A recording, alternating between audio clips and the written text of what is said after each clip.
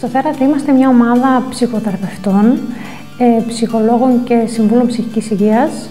Επίσης, έχουμε συνεργάτες φιλόλογους, συγγραφείς που ασχολούνται με την αρχαία Ελλάδα και προσπαθούμε να κάνουμε μια σύνθεση όλων αυτών και να τα χρησιμοποιήσουμε ως εργαλεία για να εμβαθύνουμε στην θεραπεία όσον αφορά το αρχαίο ελληνικό πνεύμα και το πώς οι αρχαίοι Έλληνες θεράπευαν την ψυχή τους. Με ποια εργαλεία τώρα προσπαθούμε να το πετύχουμε αυτό? Με τη σοφία της γλώσσας μας, μέσα από τους μύθους και τα αρχέτυπα και επίσης μέσα από την φιλοσοφία και την αποκατάσταση των φιλοσοφικών εννοιών. Τι εννοώ με αυτό? Στον Ιαννό, παραδείγματος χάρη, ο κύριος Χαραλαπίδης, ο Γιώργος, που είναι συνεργάτης μας, ανέφερε για τον έρωτα και τον αντέρωτα. Εμείς έχουμε την εικόνα του έρωτα μόνο με το τόξο και τα βέλη του. Και πιστεύουμε ότι αυτός είναι ο έρωτας, ενώ στην ουσία είναι ο αντέρωτας. Αυτό είναι μια φιλοσοφική έννοια που περιέχεται μέσα σε ένα μύθο, η οποία χρειάζεται να την αποκαταστήσουμε. Πώς θα την αποκαταστήσουμε? Θα την αποκαταστήσουμε αναγνωρίζοντας ότι υπάρχει ο έρωτας, υπάρχει και ο αντέρωτας και αυτό δείχνει την πολικότητα, την οποία συνήθως σε ψυχικό επίπεδο δεν την αναγνωρίζουμε. Η ετυμολογία των λέξεων είναι πολύ σημαντική στην ψυχοθεραπευτική πρακτική.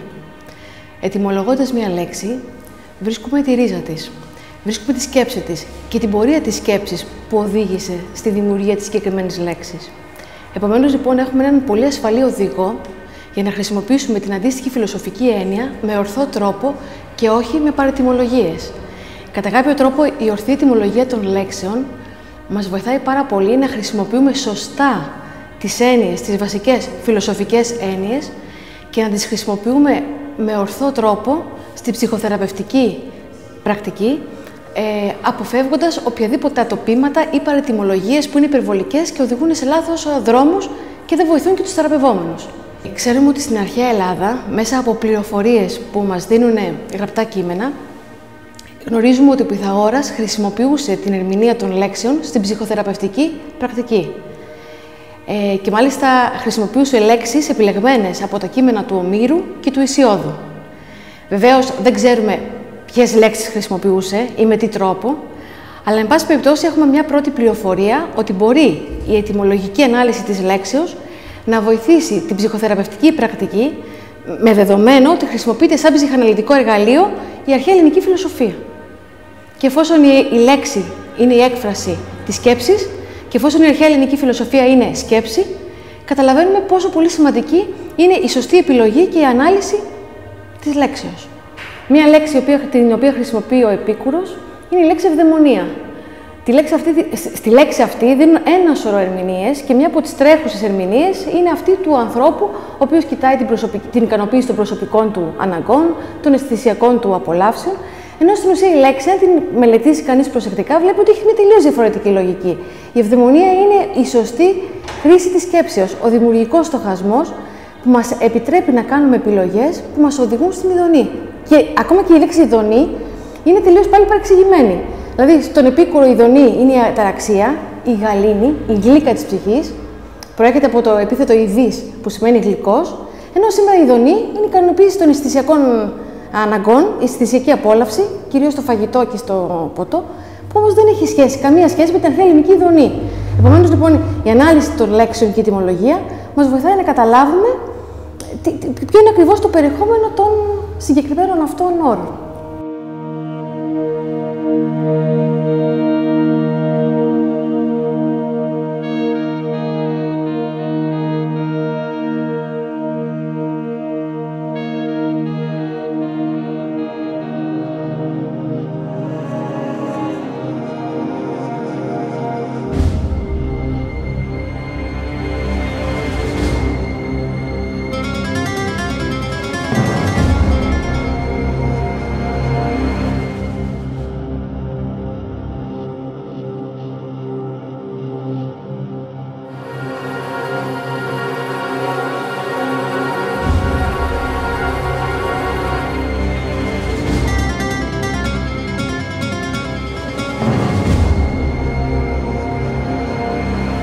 Η μύθη δεν είναι μια διαδικασία του λογικού νου, είναι μια διαδικασία που μας φέρνει σε επαφή με ασυνείδητες πτυχές του εαυτού μας.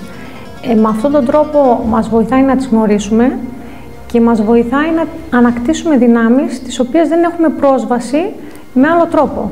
Δεν μπορούμε δηλαδή μόνο μέσα από μια νοητική διεργασία να φτάσουμε σε τέτοια βαθιά κομμάτια του εαυτού μας.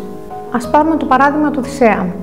Ο Θησέας όταν φτάνει σε μια ηλικία όπου του λένε ότι χρειάζεται να πάει να σηκώσει το βράχο και να βρει από κάτω αυτά που του είχε αφήσει ο πατέρας του, που ουσιαστικά είναι τα σανδάλια και το ξύφος, αυτό το πολύ μικρό σκηνικό που έχει αυτά τα τρία σύμβολα, το βράχο, το ξύφος και τα σανδάλια, όταν εργαστήκαμε στην ομάδα, ανάλογα με το τι θέματα είχε ο καθένας, άλλοι δυσκολευτήκαν πάρα πολύ στο βράχο, άλλοι δυσκολευτήκαν πάρα πολύ στα σανδάλια και άλλοι αντίστοιχα στο ξύφος.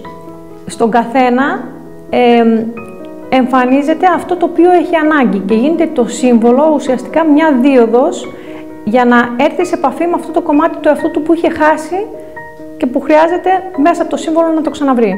Η ομάδα που παρακολούθησα στο Θέρατρι είχε να κάνει με το μύθο του Θησέα. Το μέρος που μ' άγγιξε πιο πολύ ήταν πώς αντιμετώπισε ο Θησέας τον ληστή Περιφήτη. Ο Περιφήτης είναι ένας από τους ληστές που αντιμετωπίζει ο Θησέας στο δρόμο του και έχει να κάνει με την περηφάνεια, την οποία μπορεί να δούμε είτε ως αλαζονία μέσα μας, είτε στους άλλους, που μπορεί να συναναστρεφόμαστε και να μην ξέρουμε πώς να τους αντιμετωπίσουμε. Ο Θησέας, αντιμετωπίζοντας τον Περιφήτη, απλώς τον χτυπάει με ένα ρόπαλο στο κεφάλι.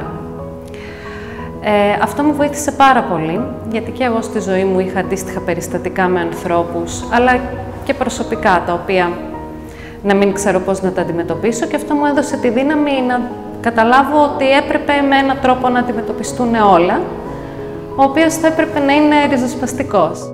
Οπότε, αν μπορούσα να πω ότι αυτό όλο το σύστημα που χρησιμοποιούμε και που δομούμε σιγά σιγά είναι ένα σύστημα το οποίο δομείται μέσω εμπειρίας. Δηλαδή πέρσι κάναμε αυτή τη δουλειά με τους μύθους, καταλάβουμε ότι είναι μια δουλειά που μας πάει σε πολύ βαθιά νερά και έτσι σκεφτήκαμε ότι είναι σημαντικό να δημιουργηθεί μια ομάδα, την οποία και την δημιουργήσαμε φέτος, η οποία είναι αυτή με τον Επίκουρο και τον Σωκράτη, η οποία είναι τα πρώτα βήματα που χρειάζεται να κάνει κάποιος για να έρθει σε επαφή με τον ψυχισμό του, ουσιαστικά να πάρει δύναμη μέσα από φιλοσοφικές ιδέες, από μεγάλα πνεύματα όπως ήταν ο Επίκουρος και ο Σωκράτης, ώστε να μπορέσει μετά να πατήσει πάνω σε αυτά, δηλαδή να πατήσει σε ένα ασφαλές έδαφος, για να φτάσει μετά να προσεγγίσει το μύθο, δηλαδή να προσεγγίσει πιο βαθιές πτυχές του εαυτού του.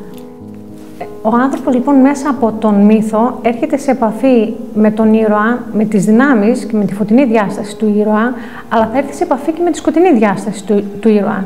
Θα έρθει σε επαφή και με τα τέρατα της ψυχής, όπως ο Ηρακλής, που έρχεται σε επαφή με τη Νέα Ύδρα, ας πούμε. Και τώρα έρχεται ένα άλλο εργαλείο πέρα από το μύθο, που είναι η ετυμολογία της γλώσσας. Και είναι το τέρας, που σημαίνει, που η ετυμολογία του είναι από το ταφ και το ερώ, που έχει να κάνει δηλαδή με τη στάση που είναι το ταφ και το ερώ που είναι το αγαπώ. Αυτό δηλαδή που δεν αγαπώ.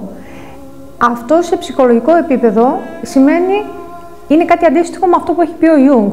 Δηλαδή η εργασία με τη σκιά, πώς θα μετουσιώσουμε τη σκιά, πώς δηλαδή αυτά τα σκοτεινά κομμάτια του εαυτού μας, τα τέρατα της ψυχής μας, θα τα ενσωματώσουμε και έτσι θα ανακτήσουμε δυνάμεις και θα μπορέσουμε να αφομοιώσουμε τη δύναμη που εμπεριέχει μέσα η σκιά, θα τη μετουσιώσουμε δηλαδή.